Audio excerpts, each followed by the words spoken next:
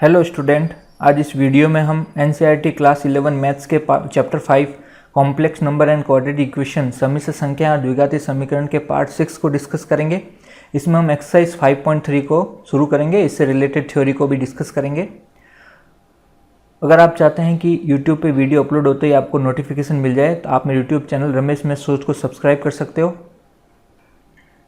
Okay, आपकी exercise 5.3 based है आपकी क्वाड्रेटिक इक्वेशन जो होते हैं द्विघाती समीकरण, उनको सॉल्व करना है।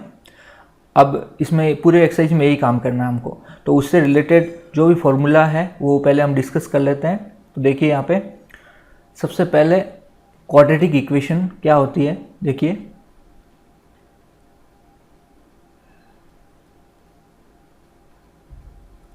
जिसको हिंदी में बोलते हैं द्विघातीय समीकरण। तो यहाँ पे जो क्वाड्रेटिक इक्वेशन का स्टैंडर्ड फॉर्म है वो किस रूप में लिखा जाता है, देखिए वो लिखा जाता है ax² + bx + c = 0 के रूप में लिखा जाता है, ठीक है। और यहाँ से x की वैल्यू निकालने का अपने पास एक मेथड है। यूँ तो खूब सारे मेथड होते हैं, लेकिन इस एक्सरसाइज में जो हम यूज़ करेंगे वो है सिरधराचार्य मेथड, और जिसको डिस्क्रिमिनेंट मेथड भी बोलते हैं। उसके अकॉर्डिंग x की वैल्यू कैसे निकलती है, फॉर्मूला होता है -b ± b² - 4ac / 2a, ठीक है। और इसको हम ये भी लिख सकते हैं -b ± D / 2a, और जहाँ पे D की जो वैल्यू होती है वो b² - 4ac होता है, ठीक है। मतलब कंपेयर करा के देख सकते हो आप। जहाँ पे इस d को बोलते हैं डिस्क्रिमिनेंट, क्या बोलते हैं, डिस्क्रिमिनेंट, और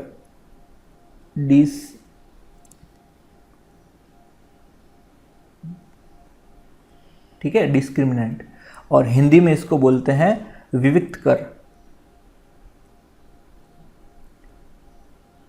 तो इसलिए इस मेथड को डिस्क्रिमिनेंट मेथड भी बोलते हैं, ये फॉर्मूला जो यूज़ करके हम लिखते हैं, ठीक है। तो यहाँ पे डिस्क्रिमिनेंट को हम बार बार यहाँ पे एक्सरसाइज में डी से ही बताएंगे, ठीक है। विविक्त कर बोलते हैं इसको हिंदी में, ठीक है। ओके, तो ये आपका फॉर्मूला हो गया क्या, x की वैल्यू निकालने का, या फिर बोले तो द्विघाती समीकरण क्वाड्रेटिक इक्वेशन को सॉल्व करने का मतलब यही होता है x की वैल्यू निकालना। क्लियर है। तो यहाँ पे ये फॉर्मूला हम यूज़ करने वाले हैं। आगे बढ़ते हैं, देखो हम क्वेश्चन की बात कर लेते हैं। Solve each of the following equation, निम्नलिखित समीकरणों में से प्रत्येक को हल कीजिए। तो उसमें देखिए सबसे पहला क्वेश्चन आपका क्या दे रखा है, आपके सामने है। सबसे पहला क्वेश्चन आपका है x² + 3 = 0।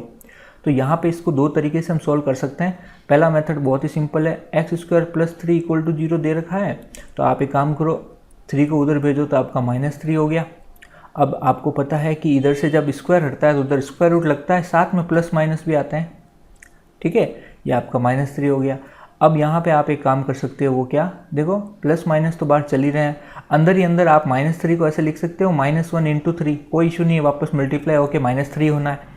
उसके बाद हम एक काम और कर सकते हैं यहाँ पे, वो क्या, बिल्कुल बेसिक से बता रहा हूँ मैं आपको, ठीक है। ये जब दो मल्टीप्लाई के ऊपर स्क्वायर रूट लगा है तो इनके अलग अलग स्क्वायर रूट लग सकता है ऊपर, अलग अलग करेंगे तो ये -1 के ऊपर भी स्क्वायर रूट और 3 के भी ऊपर स्क्वायर रूट, ये बेसिक मैथ्स है, ऐसे से हम कर सकते हैं। उसके बाद अगला स्टेप क्या हो जाएगा, +- √3 तो है ही। अब स्क्वायर रूट में -1 को हम आयोटा बोलते हैं, आपको याद है सबको, स्क्वायर रूट में -1 को ही हम क्या बोलते हैं, आयोटा। तो एक आपका ये आंसर हो गया। आंसर ये दूसरे मेथड से भी यही आएगा, बट वो मेथड अगर मेंशन ही कर दे कि डिस्क्रिमिनेंट मेथड या फिर सिद्धराचार्य से उस फॉर्मूले को यूज़ करके ही करो, तब तो हमको ऐसे ही करना पड़ेगा। वो क्या है, देखो अपना क्वेश्चन है x² + 3 = 0। तो यहाँ पे देखिए आप इसको पहले ऐसे लिख सकते हैं, देखो वापस एक बार कि x² प्लस, देखो यहाँ पे स्टैंडर्ड फॉर्म में हमने क्या देखा था कि इक्वेशन में आपका a b c मतलब x² x दो आते हैं चीज़, है ना। तो यहाँ पे हम देख रहे हैं कि x² के बाद में सीधा कांस्टेंट आ गया, x है ही नहीं, तो हम x को लिख सकते हैं 0x करके, कोई इशू नहीं है। +3 यह आपका हो गया।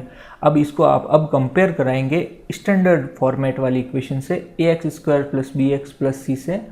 तो यहाँ कंपेयर कैसे कराते हैं, x² के बाजू में कुछ नहीं है तो 1 तो है ही, तो x² के बाजू में यहाँ पे a है, यहाँ पे 1 है, तो यहाँ पे a की वैल्यू तो हो गई 1। यहाँ पे x के बाजू में b है, यहाँ x के बाजू में 0 है, तो b की वैल्यू हो गई 0। यहाँ पे c और यहाँ पे 3, तो c की वैल्यू क्या हो गई 3 कांस्टेंट। तो यहाँ पे ABC पहले तो ऐसे हम कंपेयर करा के निकालेंगे, उसके बाद हम लगा देंगे फॉर्मूला। वो था आपका b, हमने देखा था -b क्या था, देखो -b plus minus square root में, देखो हमने देखा था कैपिटल D अपॉन 2a।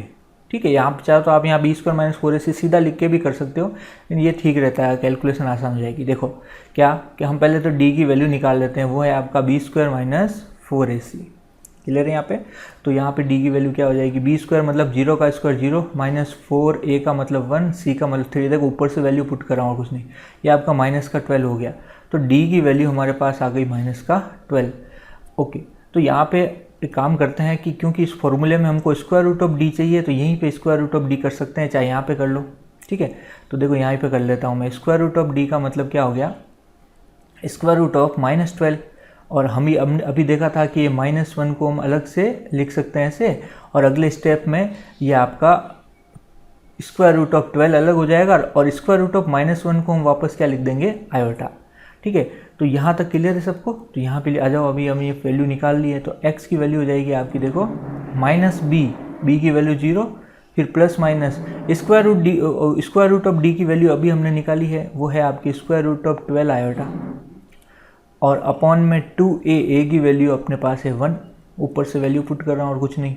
तो यहाँ पे 0 को तो हटा ही सकते हैं अभी। देखो यहाँ पे एक और बात यहाँ पे कि हम 12 को क्या लिख सकते हैं, वो लिख सकते हैं, तोड़ेंगे इसको, ब्रेक करना आता है सबको, 2 × 2 × 3 लिख सकते हैं। ठीक है, तो यहाँ पे लिखेंगे तो प्लस माइनस, अब 0 को मैं नहीं लिख रहा वापस। ठीक है, ये आपका हो गया 2 × 2 × 3, और आयोटा बाहर चल ही रहा है, और नीचे 2। अब आपको पता होगा स्क्वायर रूट में 2 नंबर जब रिपीट हो रहे हैं तो उनको बाहर सिंगल टाइम लिखते हैं हम, है ना। तो ये आपका प्लस माइनस, ये 2 अंदर स्क्वायर रूट में 2 बार है, बाहर आके सिंगल बार लिखेंगे, और अंदर √3 सिंगल बार है, इसलिए अंदर रूट में ही रहेगा। ये बेसिक मैथ्स आपको पता होगी। ये कट गया, तो यहाँ पे आपके कुल मिला के प्लस माइनस √3 आयोटा आंसर आ गया, और ये यहाँ पे भी सेम आया था देखो। तो ये इस मेथड से करेंगे तो भी आंसर वही आएगा। तो ये समझ में आया होगा, स्क्रीनशॉट ले लो। हम आगे चलते हैं नेक्स्ट क्वेश्चन नंबर 2 पे। तो क्वेश्चन नंबर 2 आपका क्या है इस बार, देखो क्वेश्चन नंबर 2 है आपका 2x² + x + 1 = 0। तो इसको तो आप सीधा ax² स्टैंडर्ड जो इक्वेशन है क्वाड्रेटिक, उससे आप क्या करा लो, कंपेयर करा लो। कंपेयर कराएंगे कैसे, x² का कोफिशिएंट मतलब गुणांक, ठीक है, वो a है, और यहाँ पे कौन है 2, इसका मतलब a की वैल्यू तो हो गई आपकी 2, x का कोफिशिएंट b, और यहाँ पे कुछ नहीं है तो 1 तो है ही वही, तो b की वैल्यू हो गई 1, और c की वैल्यू सीधी सीधी क्या हो गई 1, यहाँ पे देखो ये रही। तो अब आ जाओ वापस फॉर्मूले पे, x की वैल्यू हो जाएगी -b plus minus square root of d upon 2a, और अलग से d की वैल्यू निकाल लेते हैं, b² - 4ac। तो b² देखो यहाँ से abc वैल्यू उठाओ, b² मतलब 1 का स्क्वायर 1, -4, a की वैल्यू 2 और c की वैल्यू 1। तो ये आपका हो गया 1 - 8 जो होता है -7। तो ये d की वैल्यू होगी आपकी -7। तो यहाँ पे रख दो आप। तो ये आपका -b मतलब -1 प्लस माइनस स्क्वायर, d की वैल्यू -7 आई है, अपॉन 2a की वैल्यू 2 है। ये आप देखो अभी क्या करेंगे, प्लस माइनस। अब देखो यहाँ पे स्क्वायर रूट ऑफ -7 है, तो ये -1 × 7 लिखेंगे, और देखो एक बार करके बता देता हूँ, -1 और 7 ऐसे लिखेंगे, और नीचे आपका 4 हो गया। तो ये आप आगे क्या कर सकते हैं, देखिए ओके, देखो यहाँ पे नीचे लिख देता हूँ मैं आपके लिए,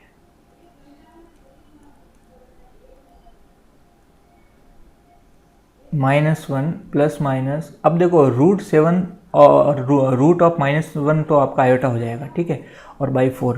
तो ये आपका आंसर हो गया किसका, क्वेश्चन नंबर 2 का। सिंपल यहाँ तक लाके छोड़ना है। तो क्वेश्चन नंबर 3 करते हैं, इसका स्क्रीनशॉट ले लो। क्वेश्चन नंबर 3 आपका क्या है, देखो x² + 3x + 9 = 0। अब आसान है, फटाफट कर लेते हैं। इसको कंपेयर कराओ, ax² + bx + c। तो a की वैल्यू बोलो, यहाँ पे कुछ नहीं है तो 1 तो है ही, तो 1 हो गई। b की वैल्यू बोलो कितनी है 3, c की वैल्यू बोलो कितनी है 9, और x हो जाएगा आपका -b। अब हर बार ये फॉर्मूला लिखेंगे, 2a, और यहाँ पे d हो जाएगा, कंपेयर करा के जो वैल्यूज़ निकाली उसको वैल्यू पुट करो, 3 का स्क्वायर माइनस 4ac, तो ये आपका 3 स्क्वायर 9 हो गया, माइनस 36 हो गया। तो यहाँ पे आप कितना आ जाएगा, 27 माइनस का हो जाएगा, ठीक है, माइनस का 27। तो यहाँ पे आप पुट कर सकते हैं, देखो क्या, माइनस b मतलब -3 और अंडर रूट माइनस का 27 अपॉन 2, a की वैल्यू कितनी है 1। तो ये -3 प्लस माइनस, अब मैं सीधा लिख रहा हूँ, ये माइनस की वजह से देखो रूट 27 अलग हो जाएगा, और माइनस का 1 के ऊपर भी रूट, उसकी वजह से क्या हो जाएगा आयोटा। 2 बार बता दिया, अब तो आपको समझ में आ गया होगा। अब अगले स्टेप में क्या करेंगे, -3 प्लस माइनस, अब देखो 27 को मैं लिख सकता हूँ 3 इंटू 3 आयोटा तो चल ही रहा है बाहर। अब अगले स्टेप में क्या लिखेंगे, -3 प्लस माइनस, अब 2 बार 3 बाहर आके 1 बार 3 हो जाएगा, और अंदर वाला एक जो 3 है वो अंडर रूट में ही रहेगा। तो क्लियर है भाई, 2 3 बार आके सिंगल 3 हो जाएगा, और अंडर रूट का अंदर वाला एक 3 अंडर रूट में ही रहेगा, और इस तरीके से आपका क्या हो जाएगा, ये आंसर हो जाएगा। क्लियर है, तो ये आपका आंसर हो गया। देखो बहुत आसान है ये एक्सरसाइज। नेक्स्ट बढ़ते हैं, क्वेश्चन नंबर 4 पे बढ़ते हैं। अब देखो क्वेश्चन नंबर 4 आपका क्या है, -x² plus x minus 2 equal to 0। वही काम करने हैं, फटाफट कर लेते हैं। कंपेयर कराएंगे स्टैंडर्ड इक्वेशन से, और कंपेयर करा के बोलो इस बार ये माइनस का मतलब -1 है, तो a का वैल्यू हो गया -1। देखो यहाँ पे b की वैल्यू क्या हो जाए, कुछ नहीं है तो 1 तो है ही, और c की वैल्यू -2 होगी, खाली 2 मत ले लेना, ये माइनस के साथ लेंगे। क्लियर है, तो आपका x हो गया -b d अपॉन 2a, और अलग से हम d निकाल लेते हैं, d b² minus 4ac, b² मतलब 1 का स्क्वायर 1, माइनस 4, a का मतलब -1 और c का मतलब -2। आप वैल्यू पुट करनी है बस यहाँ से 1। देखो यहाँ पे देखना, ये माइनस माइनस अंदर ही अंदर प्लस हो गए, मल्टीप्लाई हो गया, और बाहर माइनस पड़ा है, तो ये आपका 8 हो गया, ये माइनस का 7 हो गया। पुट कर लेते हैं यहाँ पे, x की वैल्यू हो जाएगी -b मतलब -1 प्लस माइनस रूट d की वैल्यू -7 अपॉन 2, a की वैल्यू -1 है, देखो ऊपर यहाँ पे, ठीक है। ओके, तो यहाँ पे हो जाएगा -1 प्लस माइनस, अब देखो 7 को भी अलग करेंगे और -1 को भी रूट अलग से लगाएंगे, तो -1 का तो रूट आयोटा हो जाएगा, और 7 के ऊपर तो लगा ही है, और अंदर ही अंदर ये -2 हो जाएगा नीचे। तो इस तरीके से आपका आंसर हो जाएगा। देखो बहुत आसान है, ठीक है, ये आपका आंसर हो गया। नेक्स्ट क्वेश्चन नंबर 5 करते हैं। देखो क्वेश्चन नंबर 5 इस बार क्या है, x² plus 3x plus 5 equal to 0। तो यहाँ पे कंपेयर कराओ आप ax² plus bx plus c से। तो a कुछ नहीं है, तो यहाँ पे x² का कोफिशिएंट 1 लिख सकते हैं, तो a 1 हो गया, b कितना है 3, c कितना है 5। तो कंपेयर कराना ना x² के कोफिशिएंट को यहाँ पे, x के कोफिशिएंट को यहाँ पे गुणा करना, तो यहाँ पे फटाफट कर लेते हैं, -b plus minus square root में d अपॉन 2a, और d आपका हो जाएगा b² माइनस 4ac, b² मतलब 3 का स्क्वायर माइनस 4a मतलब 1, c मतलब 5, 9 माइनस 20 हो गए, और ये माइनस का क्या हो गया 11। क्लियर है, ओके, यहाँ पुट कर लेते हैं हम। देखो x हो जाएगा -b मतलब b की वैल्यू है 3, और d की वैल्यू अभी हमने निकाली माइनस का 11, टू a की वैल्यू 1 है। ओके, तो ये -3 प्लस माइनस अलग अलग करेंगे तो 11 को तो √11 और -1 के ऊपर रूट आयोटा हो जाएगा अपॉन 2। ये आपका क्या हो गया आंसर। आगे बढ़ते हैं क्वेश्चन नंबर 6। क्वेश्चन नंबर 6 आपका क्या है, देखो वो आपका है x² minus x plus 2 equal to 0। सब वही काम करने, कंपेयर कराओ। a की वैल्यू कुछ नहीं है, यहाँ पे x² कोफिशिएंट तो 1 हो गया, b की वैल्यू सीधे सीधे यहाँ पे कुछ नहीं 1, लेकिन साथ में माइनस के साथ में लेंगे, और c की वैल्यू आपकी 2 हो गई, तो x हो गया आपका -b 2a, और d हो गया आपका b² मतलब -1 का स्क्वायर माइनस 4a का मतलब 1, c का मतलब 2। -1 का स्क्वायर +1 होता है, आपको पता होना चाहिए। इवन पावर सम संख्या में पावर घात होती है तो आपका -1 +1 आता है, और विषम संख्या में होती है तो -1 आता है, बस इतनी सी बात है। ये आपका 8 हो गया, -7 हो गया, तो x की वैल्यू आ गई -b की वैल्यू ऑलरेडी -1 है। देखो यहाँ पे गलती मत करना, एक माइनस तो फॉर्मूले से आ रहा है और b खुद ही -1 है, इसलिए यहाँ पे -1 अलग से भी लिखेंगे। स्क्वायर रूट में -7 आ गया, और अपॉन में 2, तो यहाँ पे 2a लिखो पहले आप, उसके बाद a की वैल्यू पुट करेंगे यहाँ पे 1। ओके, तो यहाँ पे माइनस माइनस प्लस हो गया, यहाँ पे 1 प्लस माइनस √7, और माइनस की वजह से ऊपर स्क्वायर रूट अलग अलग करेंगे यहाँ पे, तो यहाँ पे आ जाएगा और बाई 2। ये आपका क्या हो गया, क्वेश्चन नंबर 6 का आंसर। ओके, नेक्स्ट क्वेश्चन अगले हम लेक्चर में करेंगे। Thank you.